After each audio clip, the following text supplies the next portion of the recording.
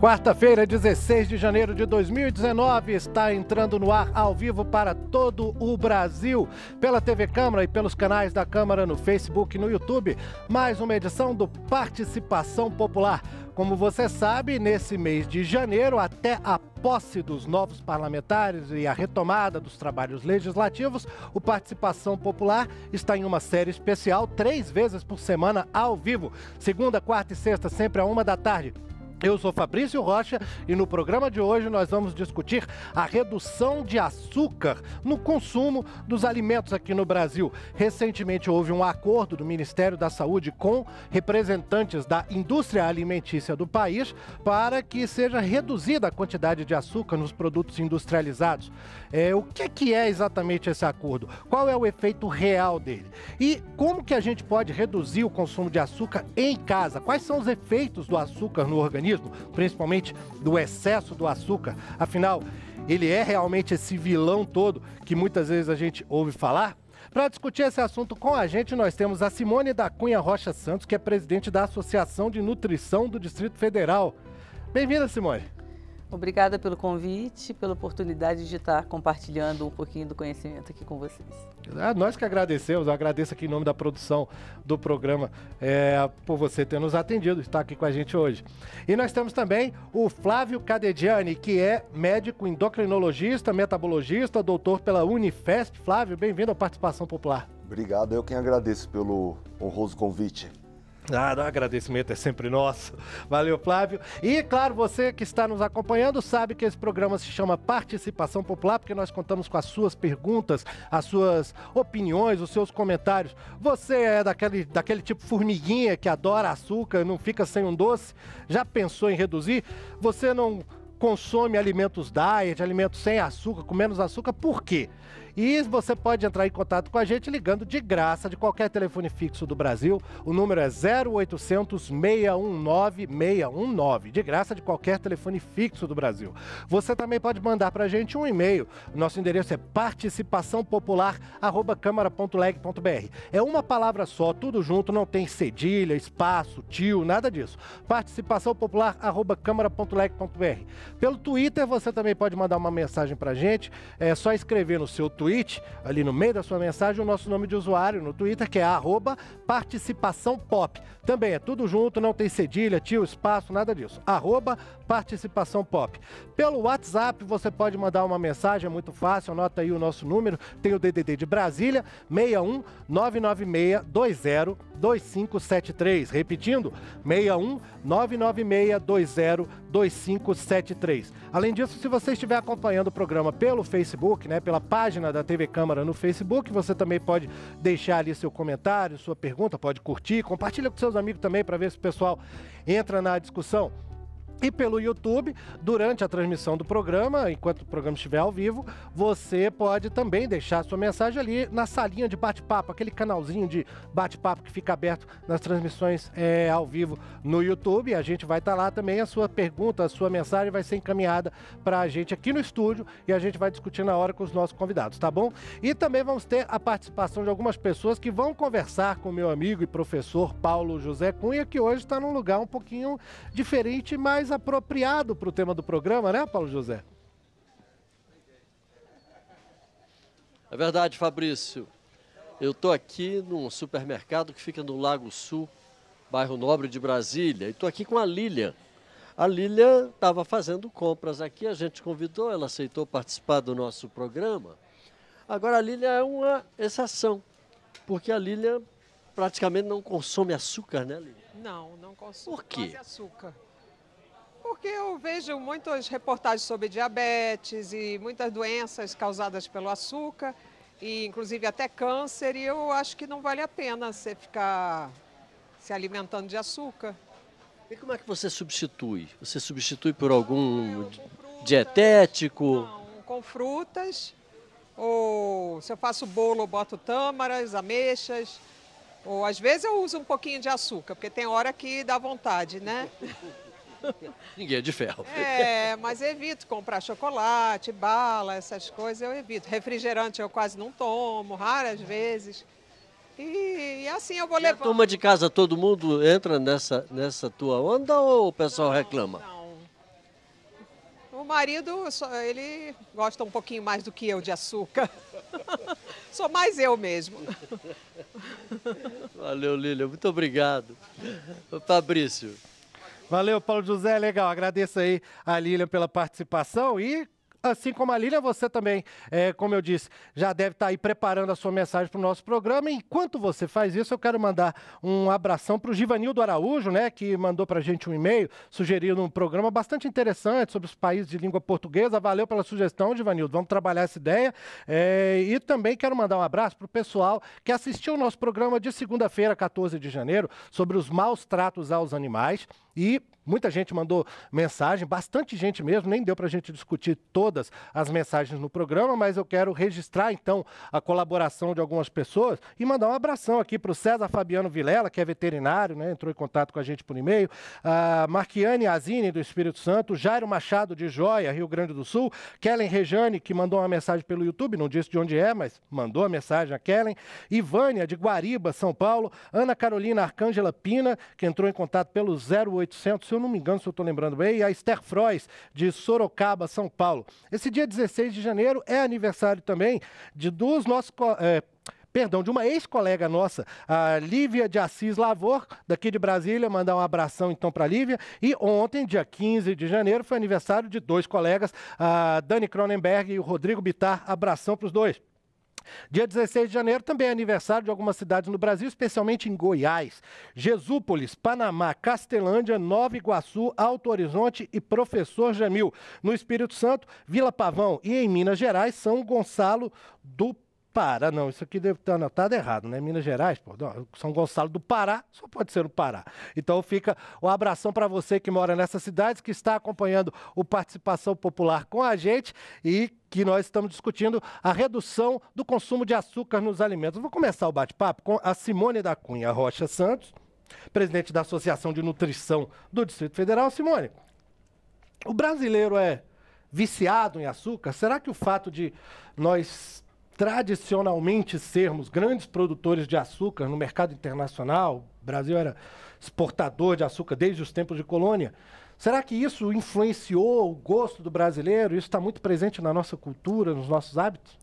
Eu nunca parei para pensar nesse sentido que você está colocando, mas de repente tem alguma coisa a ver.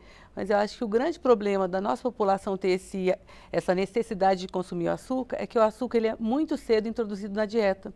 Então, muitas vezes, até o aleitamento materno, começa a dar bebidas com adição de açúcar para a criança.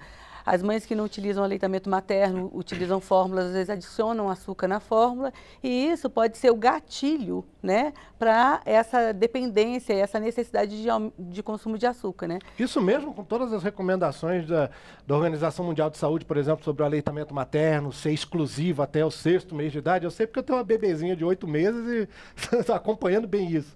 Então, infelizmente, é bem comum. E a gente pensa que isso acontece mais nas classes de pessoas mais simples, não. Até mesmo nas classes médias altas, as pessoas adicionam, né, açúcar na bebida, na comida da criança mesmo, porque acha que a criança não está comendo porque está sem sabor e adiciona achando que isso vai melhorar a ingestão alimentar da criança na introdução. E isso não é o correto, né? Isso não acontece. Né? Doutor Flávio, diga lá. Não, porque tem uma questão, trazendo o contexto do país, nós brasileiros consumimos um doce com muito açúcar, tá? Então a gente tem tudo que a gente faz é com muito açúcar. Uhum. A gente faz muita coisa com leite condensado. Então quando a gente prova doces europeus, por exemplo, a gente acha sem graça. E a nossa papila gustativa ela acaba ficando menos sensível com o tempo, porque a gente vai consumindo mais e mais açúcar. Dá para dizer que o açúcar vicia, Flávio? Então, o açúcar tem características de vício da cocaína, do álcool e do cigarro. Eles não conseguem fechar isso 100%, falar é certeza, mas é muito provável. E a questão é que a gente come sentimentos. Eu sempre brinco que o Brasil é o país do futuro, o excesso de futuro gera ansiedade. A ansiedade gera aumento de consumo de açúcar. Então o brasileiro ele é um povo muito ansioso. Nós temos uma das maiores prevalências de quadros de ansiedade do mundo. E isso gera realmente uma relação com o consumo de maior quantidade de açúcar. Então a gente tem essa relação muito forte com o açúcar. Outra coisa que a gente precisa lembrar também, quando você acaba de sair de um processo de insegurança alimentar, de fome, a gente vai para o outro lado do pêndulo. Então, por exemplo, quando as pessoas vão comprar comidas, aquelas que acabaram de começar a conseguir comprar comida, elas calculam inconscientemente o preço por caloria. Então elas pegam comidas com mais quantidade calórica, mais baratas, elas acabam querendo comprar mais aquilo. Aquela ideia de isso aqui é mais barato e enche mais. É isso? Exato, ainda persiste.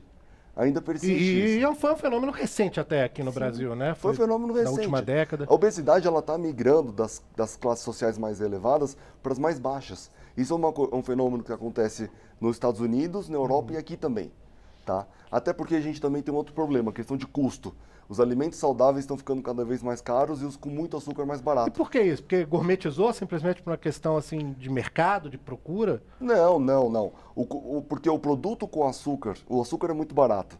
Existe a OMS criou uma linha assim, por que desincentiva-se a redução de açúcar pela indústria? O que acontece? O açúcar é muito barato.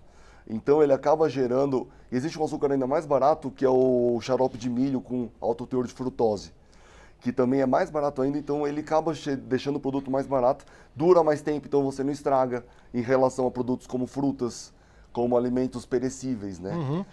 Eu até ia perguntar sobre isso, Simone, perguntar para você, quais são os tipos de açúcar que são usados principalmente nos alimentos industrializados e como que eles são identificados? A questão do rótulo muitas vezes é falada. E às vezes você não vê lá escrito açúcar, você não vê a quantidade, parece que nem é obrigatório pela legislação brasileira.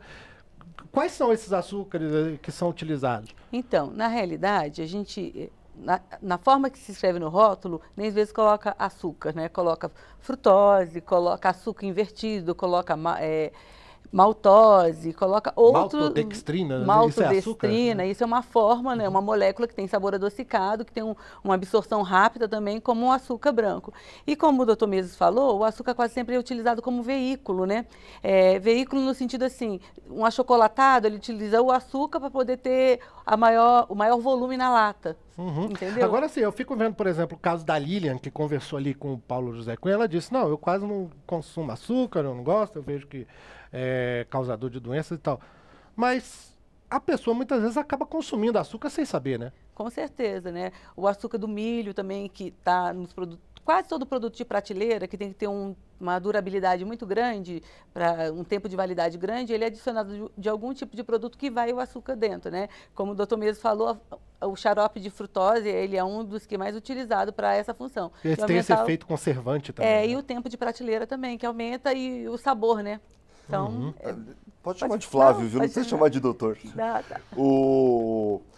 Tem uma mudança agora nos Estados Unidos, a lei, a partir de 2020, vai ser obrigatório o número de calorias vire maior e agora vai ser obrigatório vir escrito açúcar adicionado, separado no rótulo. E esse também vai estar em negrito. E isso aqui no Brasil, mas acho que vai acontecer. No Brasil, eu não acho o Brasil atrasado nesse sentido. Eu acho o Brasil até vanguardista em alguns aspectos nisso. Eu fui ao Congresso Americano de Obesidade agora, eu gosto muito dessa área de políticas públicas. A gente está até mais ou menos à frente. Um dos países que está mais à frente, por incrível que pareça, é o Chile. Hoje o Chile, no rótulo, ele tem o que eles chamam de warnings, assim, são uns avisos bem grandes. Eles adotaram aquele negócio dos triângulos? Dos triângulos, exatamente. Sim. E o Chile virou um modelo para o mundo inteiro. Verdade. Na Europa, os 4 países que estão mais à frente disso são a Inglaterra, Holanda, França e Noruega. A Noruega, ela não pegou só açúcar, ela falou assim, não adianta só açúcar. Então ela pegou e fez um acordo com a indústria para reduzir tudo. Então tá bem interessante sobre isso. E aí depois, mais tarde, eu queria discutir muito sobre essa questão de reduzir o açúcar, como que ele deve ser feito e o que deve ser associado. Por exemplo, possivelmente sobretaxar o açúcar e ao mesmo tempo subsidiar alimentos não manufaturados, não industrializados. Isso afeta especialmente as classes socioeconômicas mais baixas. Quanto mais baixa a classe econômica, mais ela economiza quando você tem um aumento no preço daquilo que não é saudável, e mais ela passa a comprar com aquilo quando reduz o preço. Isso foi visto em muitos estudos, tá?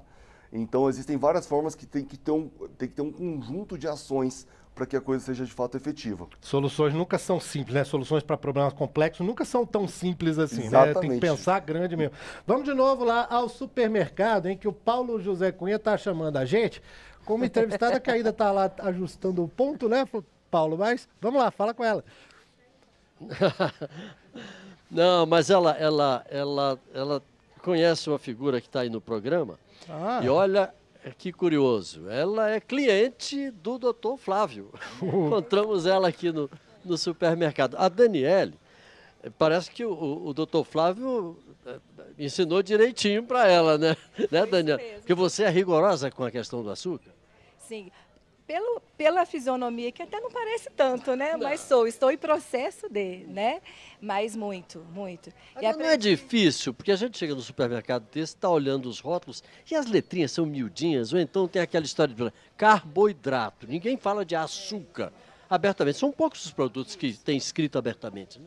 É verdade. E normalmente a gente até, por ser leigo, acaba procurando nas calorias. Ou os produtos diet, light, que vem, na verdade, com açúcar aí, ou compensando na gordura, aí com tudo isso embutido, né?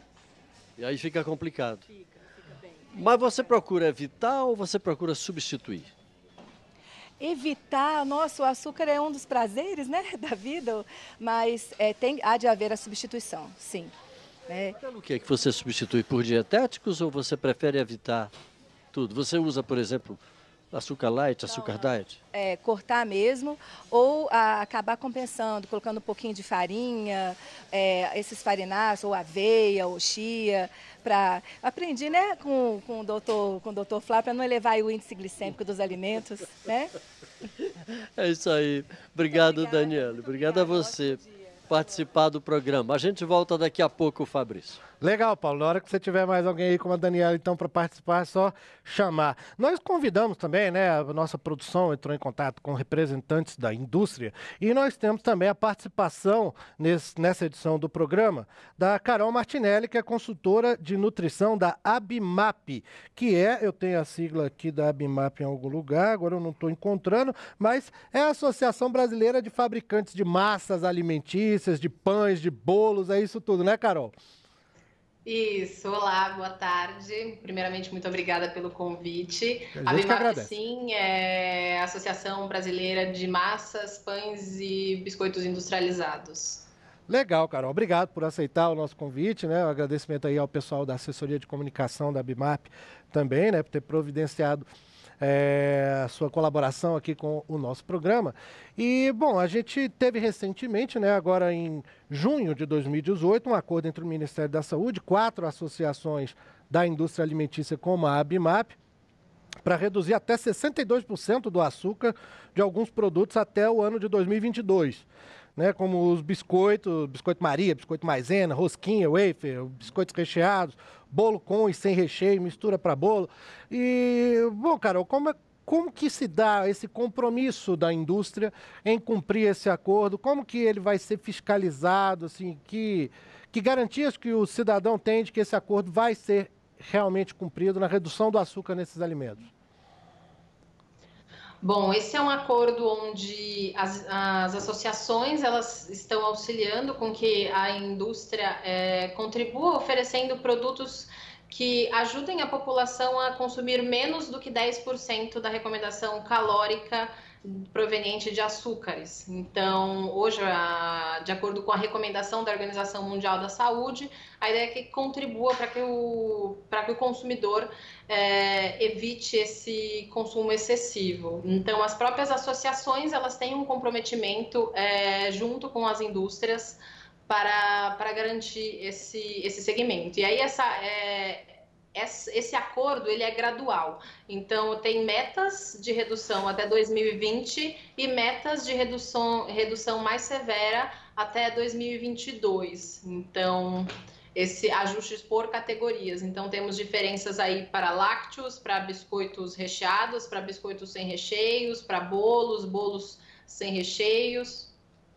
Agora, Carol, quando eu acompanhei o noticiário, quando se estava falando no noticiário sobre esse acordo, eu pensei com os meus botões assim, pô, mas isso é tempo pra caramba, por que eles já não reduzem isso antes? Porque até 2022 para reduzir esse total de açúcar. Então eu queria que você falasse, se você tiver conhecimento aí, domínio sobre o assunto, qual é a dificuldade de se substituir ou de reduzir o açúcar nos alimentos industrializados? Por que que, por exemplo, só algumas categorias de alimentos que estão nesse acordo, né? Nem todos, tem muita coisa que ficou de fora, gelatina, chocolate, geleia, enfim, panetone, tudo, pelo que eu entendi, isso não entra no acordo. Então, assim, por que a dificuldade de reduzir? Por que que é necessário tanto tempo? Você teria como explicar? Claro, esse acordo ele foi feito entre algumas associações, onde foi se levado em consideração os alimentos que eles são mais consumidos pela população. Então, em termos de relevância, de volume, então essas associações se uniram para ajudar nessa redução do consumo de açúcar e sempre é necessário dar um prazo para que a indústria ela se adapte. Então, hoje nós temos vários produtos em prateleira que estão com valores fora desse acordo, então se dá um prazo para que a indústria consiga ajustar e ir produzindo os novos lotes e adaptação da formulação e coloque isso no mercado. Mas isso é por uma questão mercadológica ou por uma questão assim das receitas mesmo ali, do preparo da coisa, precisa de açúcar do produto?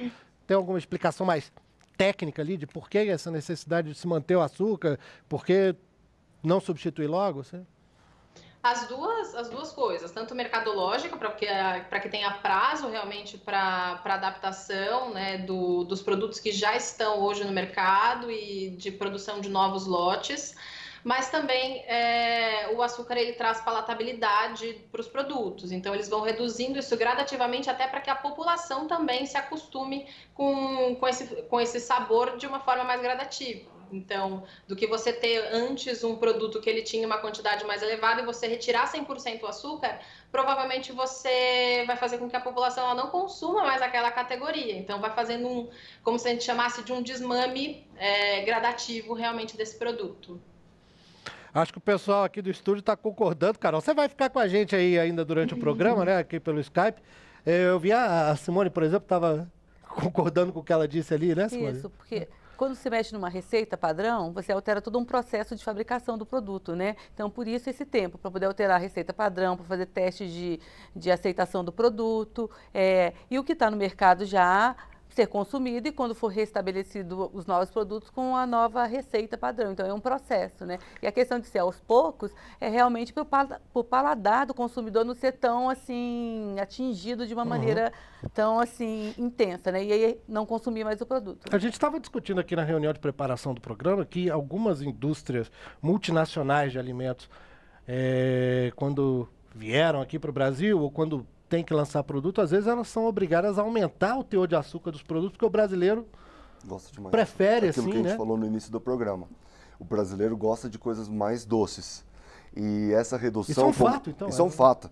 E a redução, se ela não for gradual, já houve várias experiências mundo afora que a queda de vendas foi brusca.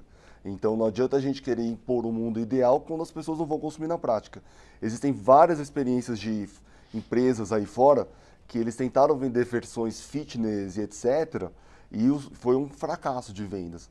Então, assim, a gente vê muita teoria, muita gente postando, falando, mas o consumo dos alimentos mais saudáveis, ele também não acontece dessa forma tão grande. Então, essa redução ela tem que ser gradual. Nossas papilas gustativas no Brasil, os brasileiros, eu brinco que eles têm pouca sensibilidade, porque eles precisam de muito açúcar para sentir o sabor. Então essa redução tem que ser gradual mesmo, porque senão eles não vão comprar. Agora, é só uma questão de sabor ou no corpo faz falta? Se tem você uma coisa para de consumir não, açúcar, sente também, porque vou só colocar uma coisa do açúcar. O açúcar não é só o sabor. Então quando você vai reduzindo o açúcar, você precisa mudar a formulação do produto, porque ele também dá textura, ele dá aspecto, ele dá o resto. Então ele precisa compensar de outras formas. Você tem uma coisa que a gente chama de fase cefálica do açúcar e você tem as demais fases no trato gastrointestinal. Então, às vezes, até pode achar que está consumindo quase a mesma coisa, só que o resto do corpo sente. Nós temos uma relação química realmente com essa questão do açúcar. Então, é muito difícil para a indústria retirar tão rápido assim. Não estou querendo tirar a culpa deles. Hoje a obesidade ela não é só fruto de uma simples escolha, é uma relação complexa com a comida, então a indústria tem sim um papel importante na gênese e também agora na redução da obesidade no que vem no futuro. Não é só má escolha, a gente não escolhe o alimento, não é má escolha, é o alimento que escolhe a gente. Quando a gente está ansioso, ele chama. Se tiver, ninguém tem compulsão por rúcula, por exemplo, pode gostar, mas se tiver ali um brigadeiro e uma rúcula, se estiver ansioso, estiver mal, parece que ser atraído por aquilo, então a gente tem que tomar um pouco de cuidado nessa análise como um todo. Eu nunca vi ninguém chegar numa segunda-feira falando, rapaz, ontem eu comi uma berinjela que tava... Você chega a falar da feijoada, fala dessas coisas, né, todas assim, e tem essa questão industrial. Bom, a gente está recebendo alguns comentários. A Isabel Reis Oliveira, daqui de Brasília, mandou uma mensagem pelo Facebook dizendo: há muito tempo se fala nisso, e o pior é eles ficarem dizendo que os produtos são saudáveis. Ô, Carol, você está ouvindo a gente aí? Ainda está com a gente, a Carol, lá da BIMAP? Perdão, da BIMAP? Tô ouvindo. Então, Carol, tá aí a indignação da Isabel falando assim, o pior é eles ficarem dizendo que os produtos são saudáveis, os produtos com açúcar e tal. A indústria tem uma opinião sincera a respeito dessa questão do açúcar e mais. Dá para dizer que quando a gente chegar em 2022, que é o prazo estabelecido por esse acordo da redução de açúcar em alguns alimentos, dá para dizer que esses alimentos vão ser alimentos mais saudáveis? Sim, esses alimentos em 2022 serão mais saudáveis, porque terão realmente uma redução de açúcar, mas o conceito que nós pregamos muito e acreditamos muito, eu sou nutricionista também, é que não existe um alimento especificamente que ele pode ser realmente dicotomizado como saudável ou vilão efetivo da alimentação. O que existe é uma alimentação balanceada e equilibrada, então é um conjunto de tudo. Então a gente precisa olhar realmente para o nosso consumo de alimentos industrializados e os alimentos in natura e fazer um balanço. Então você está nutrindo o seu corpo com todos os nutrientes que ele precisa, então a gente não consegue culpar um alimento isolado. Agora você acha aí, Carol, eu não sei se eu entendi direito a proposta aqui do Flávio, mas assim, existe um problema econômico aí por trás, social e econômico, que é a questão de os alimentos industrializados acabarem sendo muito mais baratos, né, Flávio? Por favor, me corrija, do que aquela alimentação natural que, inclusive, ganhou um certo status, assim, e eu acredito que isso até inflacionou esse mercado, né, os alimentos naturais e tudo. Os naturais subiu ao longo dos 10 anos e os industrializados não. Então a diferença foi aumentando. Pois é, exato. Aí se entra aquela questão, então vamos tributar os alimentos industrializados, que eu não sei se pode até resolver um problema, o problema assim, vamos tornar todos os alimentos mais caros, então. Mas você põe o subsídio como contrapartida. E o subsídio no outro. Aí você põe contrapartida. Pois é, como é que vocês na indústria percebem essa ideia? Vocês veem alternativas a isso, outras formas de talvez tornar os alimentos in natura mais baratos para que haja essa alimentação equilibrada que você, como nutricionista, recomenda? Pela indústria existe sim esse comprometimento em tornar os produtos cada vez mais saudáveis, então tanto acordos para redução de açúcar, de sódio, enfim, e para a parte do consumidor realmente mostrar para ele quais opções podem incluir, né? Então hoje a gente tem alguns produtos que são naturais, mais saudáveis, que têm um preço mais elevado, mas você pode adequar a necessidade do público que você está conversando. Então existem produtos que eles têm frutas, legumes e verduras com menor dispêndio financeiro, então é você adaptar. Você não vai usar, por exemplo, talvez uma goji berry, mas a gente pode colocar ali uma banana, um alface. Então existem opções mais econômicas. É também olhar, ter esse olhar mais socioeconômico dentro da alimentação. Ela colocou pode falar, desculpa. Eu até queria falar sobre isso, assim, eu faço uma análise num contexto mais um período maior. A gente começou com algumas políticas de incentivo ao consumo de alimentos, tinha um Bolsa Alimentação, Bolsa Família, que as pessoas ganhavam um dinheiro para poder comprar o produto. Aí ele ia no mercado, ele ia comprar o produto que ele não tinha acesso antes. Ele ia comprar o refrigerante. Vai ao efeito pendular. Exatamente, que o Flávio falou. Né? Vai lá Mas isso aconteceu por quê? Porque houve uma política pública que não teve, junto com essa política pública, uma introdução de educação nutricional.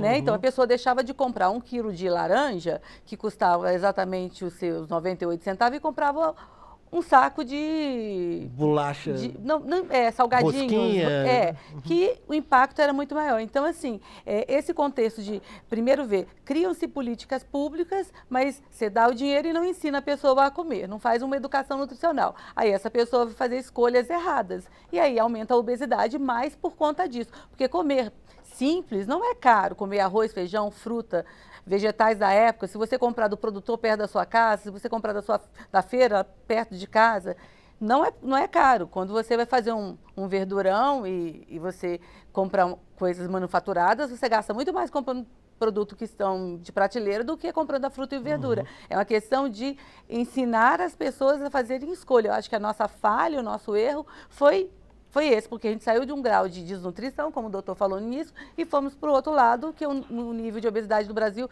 nessas última década, aumentou absurdamente. Então, assim, de fato, o que comer que é o mais importante, como comer, como fazer essas escolhas, né? E é isso que cabe nós, profissionais da área, tá facilitando no dia a dia, na hora de escolher o produto que vai se alimentar. Vou querer aprofundar essa questão da educação alimentar, mas antes vamos lá, de novo, ao supermercado com Paulo José Cunha, que tem mais um convidado aí para o programa, né, Paulo? Pois é, Fabrício, eu estou aqui com o Cantídio. O Cantídio é militar da reserva. E estou também aqui na minha mão com um pacote de uma bolacha muito conhecida, creme cracker. E aqui atrás eu fui olhar e fui ver se tem açúcar. O nome açúcar não aparece. Aparece carboidratos, 20 gramas para cada porção de 30 gramas. 6 biscoitos desse aqui, portanto, tem 20 gramas de carboidratos. Mas não explica o que é açúcar disso aqui, o que é trigo, o que é soja. Ô Cantídio, você estava me dizendo que também não consome açúcar. Mas você examina esses rótulos? Não dá para examinar, porque primeiro que a letra é pequenininha, né? Essa aqui eu nem mostrei para a câmera, porque a câmera não vai conseguir... A letra é pequena demais. Além do que é o seguinte, particularmente, não é o caso de todos, eu não gosto de massa e eu não gosto de açúcar. Então eu não olho nada disso, porque eu nem pego para ver. Nem por isso deixou de ser diabético. Não, eu sou pré-diabético, eu uso glifage porque é de família lá de trás. Mas eu procuro não dar sopa para a diabetes, né?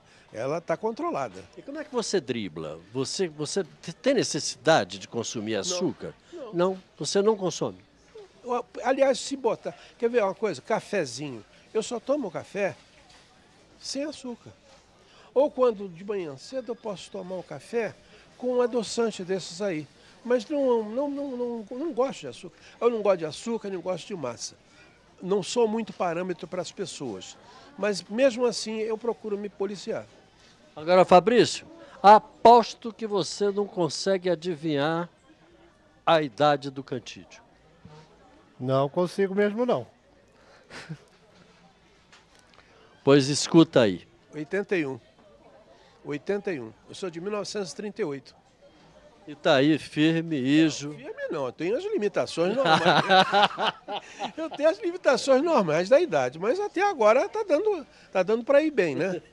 Eu não passo na frente nem de cemitério, nem de hospital, porque pode se lembrar de mim, né? Obrigado, Cantídio. Grande abraço. Gostei dessa aí, Paulo. Agradeço o Cantídio pela participação aqui no nosso programa, né? Muito boa essa.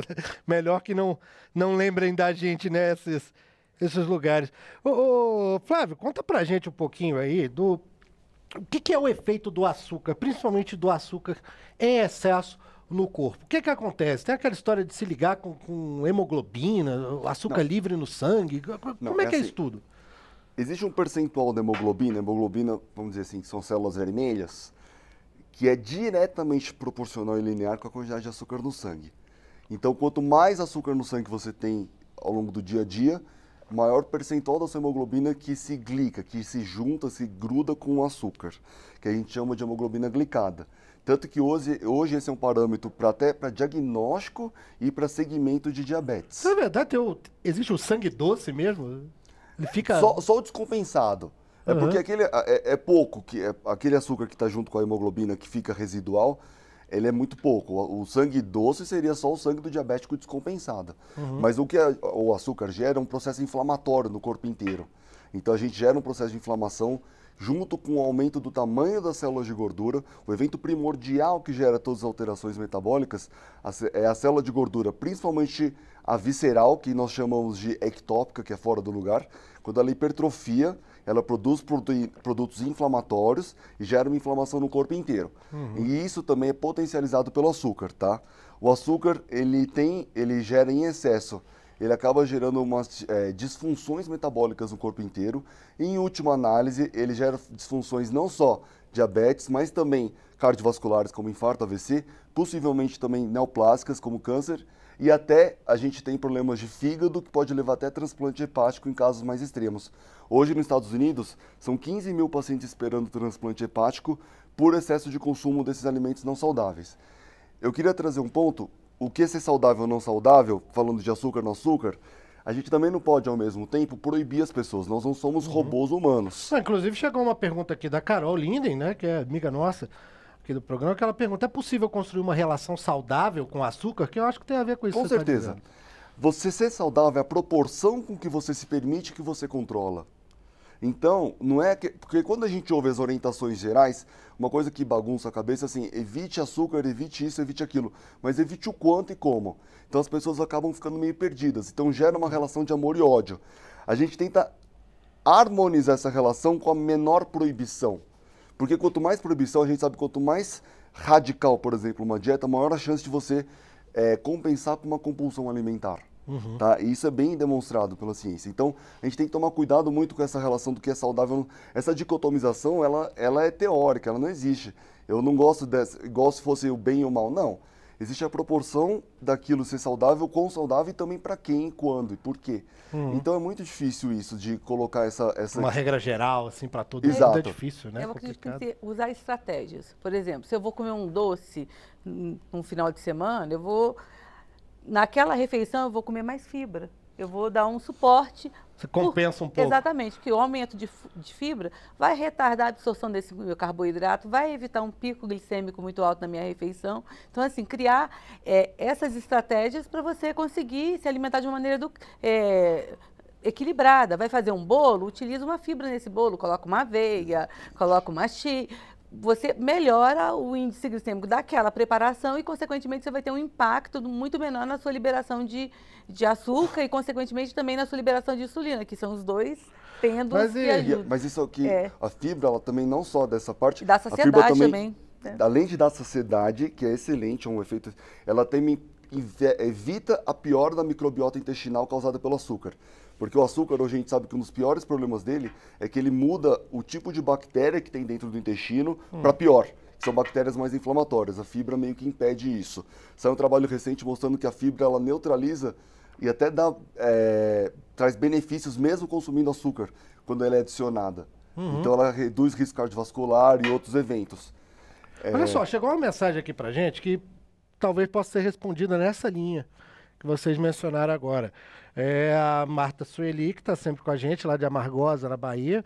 Ela diz, é bem complicado se banir dos cardápios dos adultos uma coisa que te dão nos primeiros dias de vida, com os alimentos doces, depois de suspender a mamada. Na minha casa, sempre fomos limitados em sal, açúcar e óleo. O açúcar industrializado é o pior.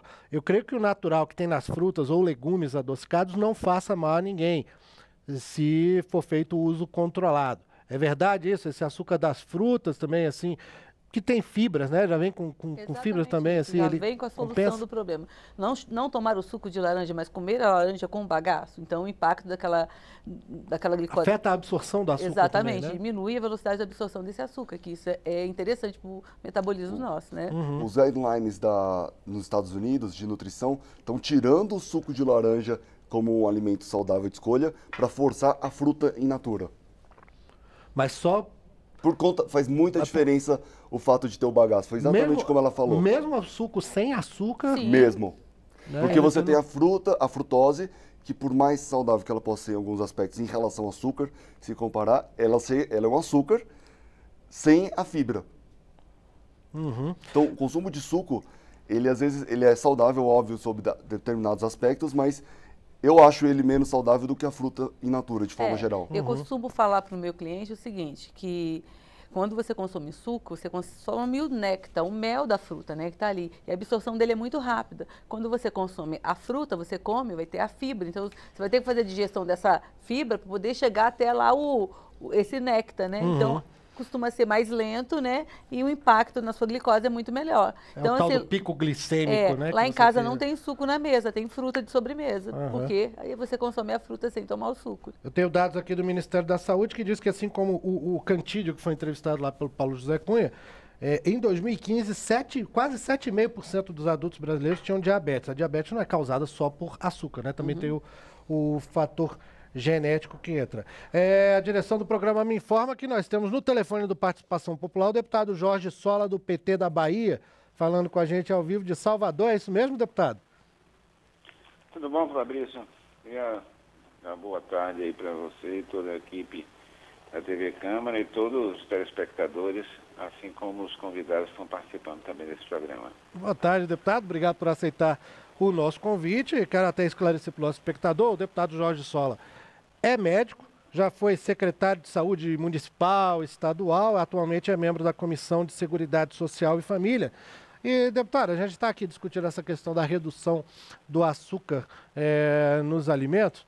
Eu vi até uma crítica ao acordo que foi feito pelo Ministério da Saúde, que diz que esse acordo seria uma forma da indústria de escapar de uma regulamentação mais rígida imposta pelo próprio Estado ou por força de lei, de legislação aprovada aqui no Congresso Nacional.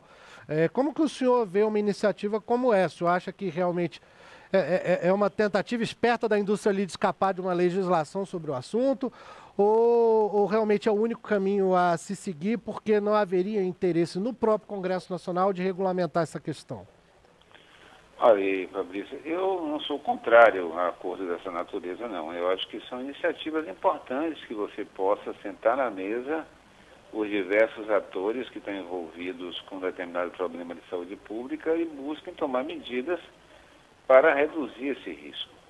Agora, com certeza, esse acordo, eu diria a você que é um passo inicial.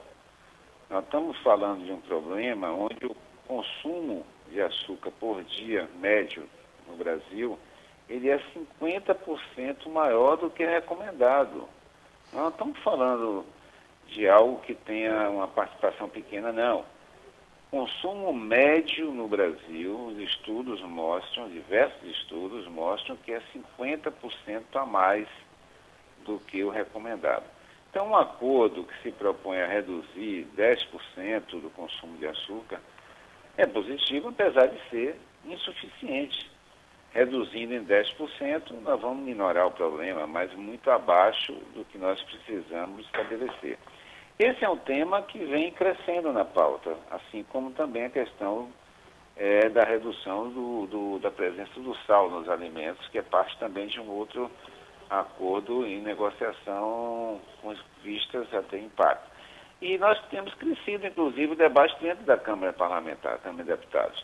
Na Comissão de Seguridade Social, no mês de dezembro, o tema mais palpitante, eu diria a você, foi um projeto do deputado Paulo Teixeira, do PT de São Paulo, que propunha criar uma taxa, uma taxação, um imposto sobre produtos com alta presença de açúcar na sua composição. E o que deu essa palpitação, essa discussão, deputado?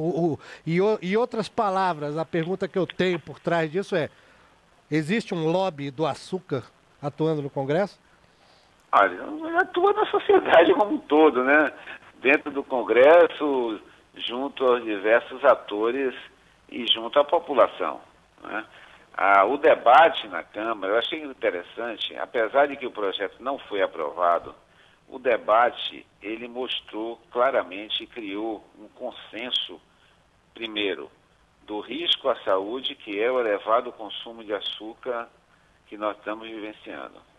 Isso impactando na obesidade, no diabetes e diversas outras situações que o elevado consumo compromete. Segundo, ficou também evidenciado, sem mais forma de contestação, de que nós temos uma presença elevadíssima do açúcar em alimentos industrializados em nosso país.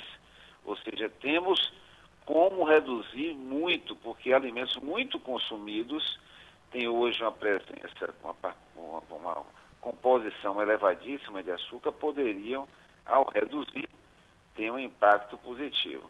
A grande polêmica foi se taxar, criar imposto, ou seja, a indução financeira, se ela era uma medida efetiva. A tese de que ela não deveria, nesse momento, ser utilizada prevaleceu nesse debate do mês de dezembro passado na Comissão de Seguridade. Mas, por outro lado, se não ganhou a tese de usar o mecanismo de... Você sabe que o órgão do corpo humano que mais dói é o bolso, né? Esse, com certeza, é um mecanismo muito utilizado. Ô, deputado, e por isso E até... essa decisão não foi aprovada, mas insisto com você que foi muito bom o debate, porque ficamos, assim, bem estabelecidos no âmbito da Comissão de Seguridade o prejuízo que é ter o elevado de açúcar dos alimentos e o quanto a nossa indústria deve se debruçar sobre essa redução. Ô, deputado, a gente estava até discutindo aqui antes no programa algumas ideias, né? O Flávio Cadejani, que é médico aqui, também estava sugerindo, por exemplo, a questão dos subsídios aos alimentos in natura, né? E a Simone entrou no assunto que a gente ainda não pôde aprofundar, né, Simone? Sobre as campanhas de educação alimentar, as campanhas pela redução do consumo de açúcar, que eu não lembro, eu como espectador de televisão, leitor, não lembro de ver nada aqui no Brasil a respeito disso, de campanhas pela alimentação. Como que essas duas questões são tratadas, por exemplo, num debate como esse que ocorreu? Subsídio para os alimentos saudáveis, em vez de taxar mais os alimentos industrializados. Também se fala no subsídio aos alimentos in natura e essa questão de orçamento, principalmente para a educação alimentar no Brasil. Isso é tratado? Olha, são temas importantes. Primeiro, só voltando um pouco à questão da proposta de taxação, isso foi feito no México com impacto positivo. O México é um exemplo hoje no mundo que você, com a medida de indução financeira, conseguiu reduzir a composição de açúcar nos alimentos industrializados. Tá? Subsidiar alimentos in natura, isso é possível também. Inclusive, nós tivemos impacto positivo já de políticas públicas recentemente feitas no Brasil com a agricultura familiar. É bom lembrar que, a partir dos governos Lula e Dilma, nós passamos a ter políticas de aquisição de alimentos para a merenda escolar e subsídio com financiamento abaixo das taxas de mercado para a agricultura familiar, acesso. Nós não tínhamos, antes do governo Lula, não existia acesso a financiamento para a agricultura familiar. Isso passou a acontecer, então nós crescemos no incentivo à produção de alimentos saudáveis e crescemos na criação de um mercado consumidor, não só familiar, como também nas escolas e em outras instituições. Então essa, com certeza, nosso colega Dr. Flávio aí chamou a atenção e é importante, subsidiar com políticas públicas a ampliação do consumo de alimentos in natura. Do outro lado, você referiu aí a proposta, a preocupação da Simone com a necessidade de termos campanhas nos meios de comunicação, de termos trabalho junto ao ambiente escolar. Você sabe que mudança de práticas, o ambiente escolar ele é fundamental, né? Você fazer com que as crianças tenham acesso o mais precocemente possível à informação que oriente mudança de prática da criança, vem para o âmbito, por seio da família, e você tem impacto. E no meio de comunicação é óbvio, né, que pelo alcance desse meio de comunicação, nós precisamos lançar mão. Mas você sabe, você falou e está correto, Fabrício, isso não existe ainda, né? Eu diria a você que nós estamos começando a nos debruçar sobre esse assunto, da necessidade de termos políticas públicas que visem reduzir o consumo acelerado e intensivo de substâncias prejudiciais à saúde, seja o açúcar, seja o sal, seja outros produtos. Tá bom, vamos ver se o debate evolui, né? Deputado Jorge Sola, do PT da Bahia, obrigado por ter estado com a gente aqui no Participação Popular. Grande abraço para o senhor. Eu que agradeço, parabenizar a iniciativa e colocar à nossa disposição de estar contribuindo para esse debate, que eu acho que é uma política importante do ponto de vista da saúde da população brasileira. É verdade, e a gente espera estar colaborando também para esse debate. Abração, deputado, obrigado. Vamos de novo lá ao supermercado onde está o Paulo José Cunha, que já chamou a gente. Diga lá, Paulo. Fabrício, eu vou fazer um teste aqui com minha próxima entrevistada, que é a Juliana. Juliana, entre esses dois produtos, aqui eu tenho uma torrada, pacote de torrada, e aqui eu tenho um leite em pó. Qual dos dois tem açúcar? A torrada eu acho que tem açúcar. Leite em pó você acha que não? Eu acho que o leite em pó tem gordura, não sei se tem açúcar, mas... Pois está escrito aqui no rótulo, 9,6 gramas em cada 25 gramas, em cada 2 colheres de sopa. Olha muita só. Coisa. É muita coisa. Então, eu não consumo Deixa leite eu só passar em pó. aqui para facilitar. Você não consome? Eu não consumo leite em pó, então eu não sabia. Mas torrada, algumas eu olho mesmo, porque eu só consumo torrada de arroz. E açúcar, de maneira geral? Eu evito, assim, no dia a dia eu não adoço as coisas com açúcar, açaí eu só tomo sem xarope de guaraná, que tem muito açúcar. Então, assim, quando eu vou comer uma sobremesa mesmo, aí eu não me importo com a quantidade de açúcar, porque eu sei que tem muito. Mas no meu dia a dia, eu não consumo açúcar. Agora, você costuma olhar os rótulos, como eu fiz agora essa brincadeirinha aqui com você? Geralmente eu quero saber o nível de proteína, se tem gordura trans, se tem açúcar, eu dou uma olhada. Não é sempre, não são todos os produtos, mas a maioria de produtos, assim, prontos, eu olho, porque o que eu consumo mais são vegetais, então frutas, esse tipo de coisa não tem rótulo, né? Mas quando... Você há de admitir que na tua geração você é uma exceção, porque a turma consome muito refrigerante e muito chocolate, tudo com muito açúcar. Então, eu gosto muito de chocolate, refrigerante eu evito. Mas é isso que eu falei, assim, eu procuro evitar todas essas coisas para quando eu quiser consumir, eu poder, porque aí eu tenho uma vida equilibrada, né? E aí eu consigo consumir essas coisas sem me preocupar. No geral, eu realmente não consumo. Obrigado, Juliana. Fabrício, só uma pergunta aí para os nossos entrevistados. E o que fazer com as sobremesas? Você chega em qualquer restaurante, o garçom chega com o cardápio. E agora, a sobremesa, para você escolher sempre coisas extremamente doces. Os nossos convidados têm algum palpite aí para responder isso rapidinho? Um assunto super interessante, é um dos pontos que eu queria colocar. A gente está discutindo, sempre batendo em cima da indústria, mas 2/3 do açúcar do Brasil, ele é adicionado pelo brasileiro e não pelo consumidor e não adicionado na indústria. Então também não adianta a gente ficar só batendo na indústria, porque essa redução desse açúcar na indústria não vai refletir numa redução global. A gente está batendo muito na indústria, a gente está esquecendo o consumidor.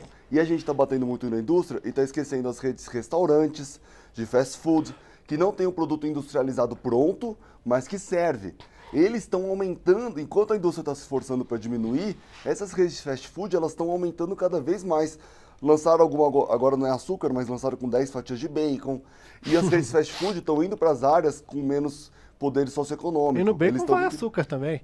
Ele vai açúcar, exatamente. É feito com açúcar também. Olha só, mas tem um aspecto prático aí, Flávio, que eu queria perguntar para você e para a Simone, que foi ressaltado por espectadores que mandaram mensagens. O Beto Gomes mandou uma mensagem pelo YouTube dizendo: eu gosto muito de ouvir esses debates, mas uma grande maioria das pessoas não tem nem o feijão e o arroz para se alimentar. E um outro aspecto prático foi destacado pela Cíntia Cavalcante Lobato, também pelo YouTube. Ela diz: é muita distância da realidade. A rotina familiar mudou muito nos grandes centros, a mulher no mercado de trabalho. Eu acho que aqui ela está se referindo à questão da praticidade dos alimentos industrializados, em comparação com in natura, né? Eu falo o seguinte, pela minha realidade, assim, a gente tem que sair da zona de conforto, né?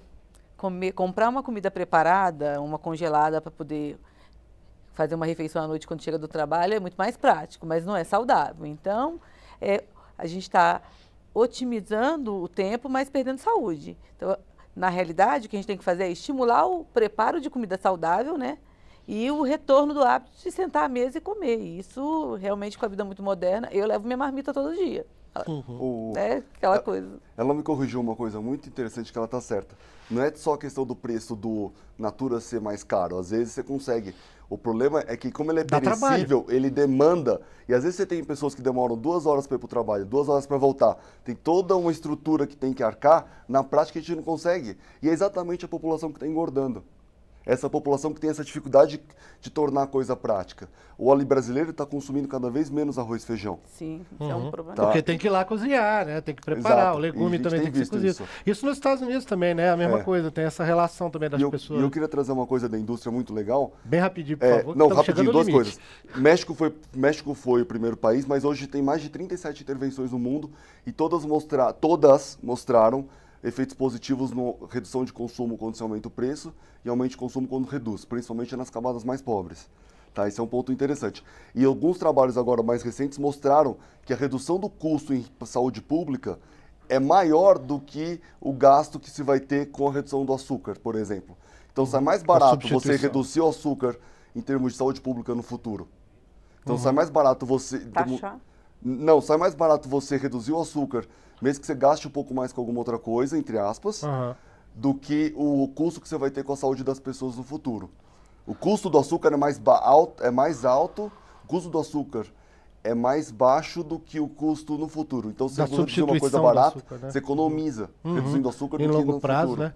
Bom, realmente a gente já chegou no tempo limite do programa, embora o assunto esteja muito doce aqui, daria para a gente continuar discutindo por muito tempo, mas eu só posso agradecer, começando aqui pela Carol Martinelli, consultora de nutrição da ABIMAP, a Associação Brasileira dos Fabricantes de Massas, Pães, Bolos, etc.